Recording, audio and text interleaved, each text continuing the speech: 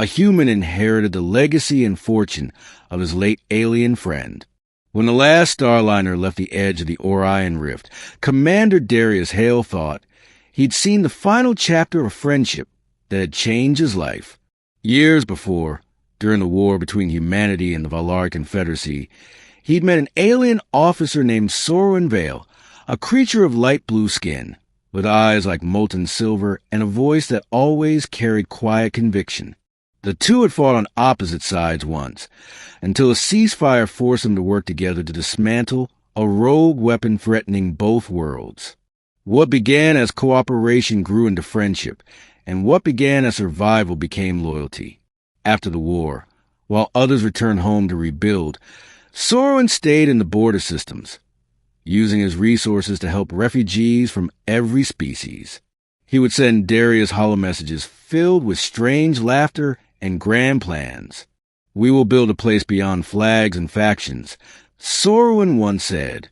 "A place for those who choose peace over power."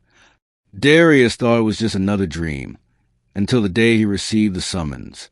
It came encoded in a Valari sigil, sealed with Sorwin's own mark. The message was brief. "If you read this, my journey is done. Come to the Citadel of Glass. My will names you." The Citadel was carved into an asteroid orbiting a dying red star, Sorwin's final sanctuary. Darius arrived aboard a transport that gleamed against the void, his reflection ghostly in the viewport. He expected soldiers or bureaucrats. Instead, a silent honor guard of Valari monks awaited him, their robes whispering like wind. The eldest stepped forward. "You are Darius Hale, human," she said, her tone formal but kind. "By Sorwin Vale's final decree, you are to inherit his holdings, his archives, and his title as Keeper of the Concord." Darius blinked. "His what?" "His dream," she said simply, "and all the burdens it carries." Inside the Citadel, he found rooms filled with living glass, humming with memories. The walls shimmered with holographic gardens, alien art, and the recorded laughter of children from worlds he didn't recognize. Every step echoed with Sorwin's presence.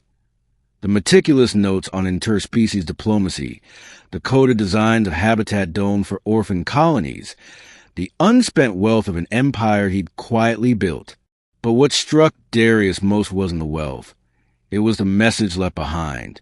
In the center of the hall stood a crystalline console, pulsing faintly. When he touched it, Sorwin's image appeared, projected from light and memory. His old friend smiled, eyes warm as starlight. "Darius, if you're hearing this, then the void has claimed me, as it will claim us all. But don't mourn me, my friend. I have lived enough for 2 lifetimes. You once said humans measure wealth in numbers, but the richest man is he who has no enemies. I have tried to earn that peace, and now I leave it in your hands. You, who once saved my life not for reward, but because it was right. The hologram dimmed, then brightened again. You will find a concord in your name now. Use it to continue what we began. Bring worlds together, not through fear, but through promise. Remember what we said on the wreck of the Maraxis. If one can stand for peace when all others fall, then peace stands still. Stand, Darius, for both of us." The recording ended. For a long time, Darius just stood there, the hum of the Citadel filling the silence. His reflection in the glass looked older, smaller, and somehow more human than ever. In the weeks that followed, he began to understand the scale of what Sorwin had built. The Concord wasn't just wealth. It was a network of aid stations, neutral trade routes, medical colonies, and educational sanctuaries spread across 14 systems. Its resources could feed millions. Its ships could rebuild entire worlds. And now, it all belonged to a single human. Not everyone welcomed that. The Valari Council protested. "It is an affront," one senator hissed. "No alien may inherit such power, least of all a human." But others remembered Sorwin's words, and his influence carried more weight than law. Slowly, grudgingly, they accepted Darius's stewardship. Years passed. Under his guidance, the Concord flourished. Human and Valari engineers worked side by side. Border wars cooled to truces. Old enemies met across tables instead of battlefields. The Citadel became a beacon, not conquest, but of cooperation. One evening, after a long day of negotiations, Darius stood on the observation deck overlooking the Red Star. The halls behind him were quiet, the hum of energy soft and steady. He poured a glass of amber Valari liquor. One Sauron had once joked was liquid philosophy. As he raised it to the stars, a soft voice echoed behind him. You keep his traditions. He turned to see a young Valari woman, an emissary, one of Sauron's protégés. Her skin shimmered faintly blue in the dim light. He taught us to remember what connects us, Darius said with a tired smile.